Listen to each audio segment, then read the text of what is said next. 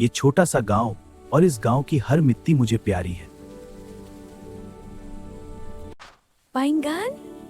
बैंगन का दिल थोड़ा सा धड़का। कोई बात नहीं, जरूर घर का काम होगा। लेकिन बैंगन को कुछ अलग ही लग रहा था। बैंगन भाई, भिंडी दीदी, खा लो पेट से चतौरीटी। आलू की आवाज से सारा गांव दिखता। बैंगन एक सपना देखता था कि भिंडी हमेशा उसके साथ रहेगी। आज तक उसने ये बात किसी को नहीं बताई। भिंडी के अंदर एक बात छुपी थी, जो बैंगन को पता चल जाती तो सब कुछ टूट जाता। एक बार मुझे मौका दो भिंडी, मैं तुझे वो दुनिया दिखाऊंगा जो बैंगन कभी नहीं दिखा सकता। बैंगन ने पूरी रात जग के ये फूल बनाए थे, पर भिंडी के दिल का दरवाजा आज क्लोज था। भैया, भिंडी दीदी लौकी के साथ थी, बैंगन भाई को पता नहीं। बैंगन ने जो देखा वो उसकी जिंदगी का सबसे बड़ा दर्द था। वो गिफ्ट बॉक्स आहिस्ता जमीन पर गिर गया। बैंगन ने आंसू नहीं रोके, क्योंकि दर्द को अंदर छुपने से वो और ज्यादा दर्द देता है। अल्लू कुछ नहीं बोला, क्योंकि कुछ वक्त में सिर्फ साथ होना ही काफी होता है। भिंडी के अंदर एक टूटा हुआ हिस्सा अभी भी बैंगन के लिए धड़कता था, लेकिन लौकी की चमक ने उसकी आंखें बंद कर दी थी।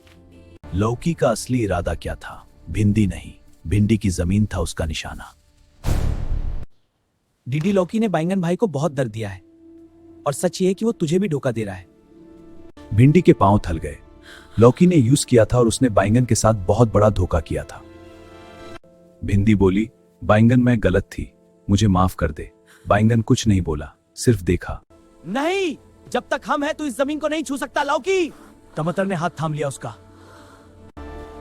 लौकी, धोखा तेरी आदत है, पर यह गांव मेरा घर है और अपना घर हम कभी नहीं छोड़ेंगे। लौकी हारा, गांव बचा, पर क्या भिंडी और बैंगन का रिश्ता वापस आ सकता था?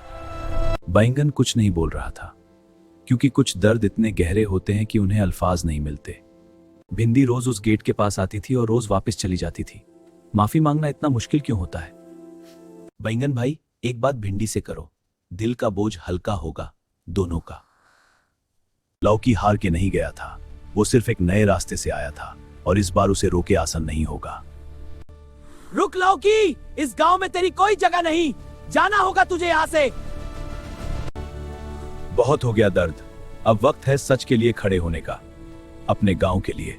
गांव का पंचायत बैठ गया था, एक तरफ लौकी का झूठ, दूसरी तरफ बैंगन का सच। फैसला आज होगा। भिंडी बोली, मैं गलत थी, ये सब लौकी का धोखा था और मैं गवाह हूं इसका। पूरे गांव ने सांस रोकी।